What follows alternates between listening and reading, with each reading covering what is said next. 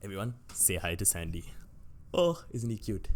Anyway, over the last 6 months, I have started working full time in my first job in a Big Four accounting firm. I have also passed my CFA Level 2 exams, worked out 6 times a week, traveled to 3 different locations on vacation, and have also managed to significantly increase the positive output I've created on this YouTube channel. 6 months before this, I was severely stressed out and always worried about what my next moves would be. So, what damaging habits did I change in the last 6 months that significantly improved my ability to focus?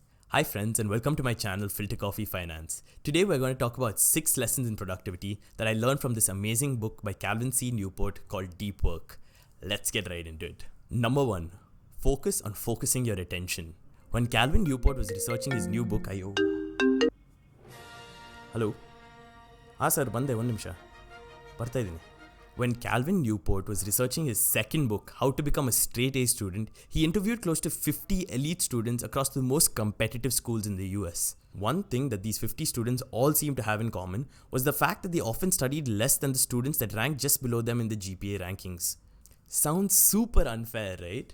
But the best students realized the role intensity plays in their productivity and went out of their way to minimize the distraction that they encountered and radically reduce the amount of time it took them to prepare for tests or write papers. And it makes sense. The more time that they spent in intense study, the better they got at it. But think about it, some students spend significantly more time than their classmates studying.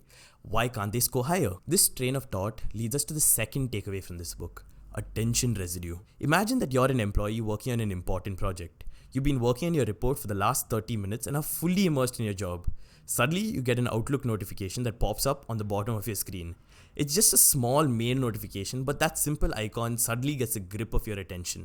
At the most, you'll be able to avoid looking at your latest email for 5 to 10 minutes, but after that your resistance wears out. You click on that tiny mail and find out that you've been assigned another task that suddenly zaps away at the focus you had built. When you switch from some task A to another task B, your attention doesn't immediately follow. A residue of your attention remains stuck thinking about the original task. This residue gets especially thick if your work on task A was left incomplete. Getting back to your report will take a significant amount of time, and now your progress has been affected. When elite students study, they focus completely on the task at hand. By doing this repeatedly, they train their mental muscles to be in a state of deep work. In the winter of 2007, J.K. Rowling was struggling to complete The Deathly Hallows, the final book in her Harry Potter series. The pressure was intense, as this book bore the responsibility of tying together the 6 that preceded. Rowling found unbroken concentration increasingly difficult to find in her home in Edinburgh, Scotland. So what did she do? As I was finishing Deathly Hallows, there came a day where the window cleaner came, the kids were at home, the dogs were barking, and I could not work.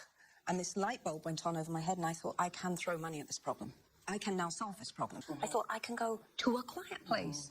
So I came to this hotel because it's a beautiful hotel, so I kept coming back to this hotel, and I ended up finishing the last of the Harry Potter books in this hotel. Rowling did something extreme to shift her mindset to where it needed to be. That is how she was able to deliver. Number 3. Instead of focusing on lag measures, focus on leading measures of your progress. When you've identified a goal that you're aiming for, there are 2 ways to keep track of your progress. The first one is lag measures, and the second one is leading measures. For example, if I was an elite athlete, a lag measure of my progress would be the number of gold medals that I have won. A lead measure, on the other hand, could be how many hours of high quality training I've been putting in, the number of days I've eaten junk food, etc. Lead measures help you shift your goalpost from a faraway, unachievable target to something more tangible on a daily basis. If I do manage to stick to my daily training target, I get an automatic boost to my self-confidence. And if I don't, I'll just start again. Number 4. Learn how to embrace boredom. I'm sure all of us at some point this week were waiting in a queue at the supermarket. Now don't lie. What was your natural reaction? You slide your hand into your pocket and pull out that amazing device that we call a cell phone. Even if it's just for 20 seconds, you scroll through the old text that you had with someone and wait for the queue to pass. By doing this, you keep your mind switched on all the time. This constant switching between tasks trains your brain to be addicted to stimulation. This is something that is fatal for deep work. The ability to think deeply and remain concentrated on a particular task is something that needs to be trained over time.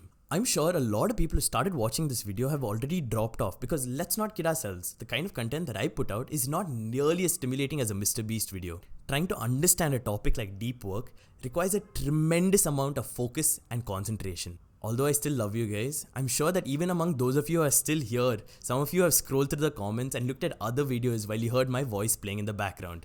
That is not deep work, guys. Like stimulation addicts, we spend the whole day standing in queues, waiting right in front of our screens. To be able to focus on deep work, you must train your brain to focus on a single task. Train those mental muscles. Number 5, productive meditation. I'm sure that most of us here have a daily job that we commute to. What do you guys do in that 30-minute journey to work? If you're like me, then your natural tendency is to pull out your phone, open Netflix, and look at an old episode of Friends that you've already watched 5 times. Love that show, by the way. However, now that I've converted all of you into being deep work athletes, you now know that being stimulated all the time is terrible. So you may say, Rahul, what do I do during my commute then? Try productive meditation. The goal of productive meditation is to take a period in which you're occupied physically but not mentally. This could be when you're walking, jogging, or driving, and focus your whole attention on a single, well-defined professional problem. Depending on your profession, this problem might be outlining an article, writing a talk, or attempting to sharpen a business strategy.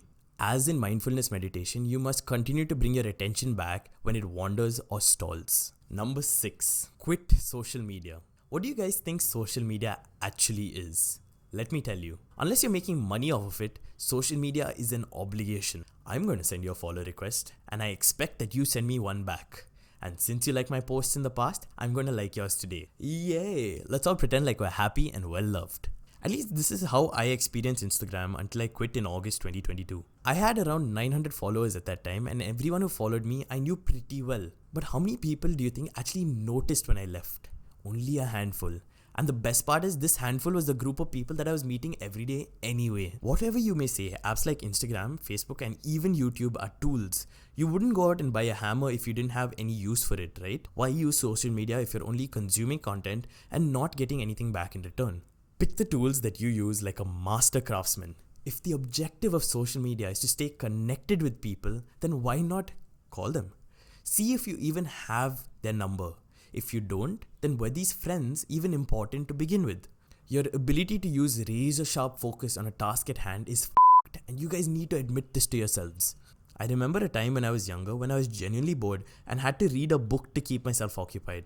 I doubt that there are even more than a handful of young teenagers out there who even remember what this kind of boredom was like.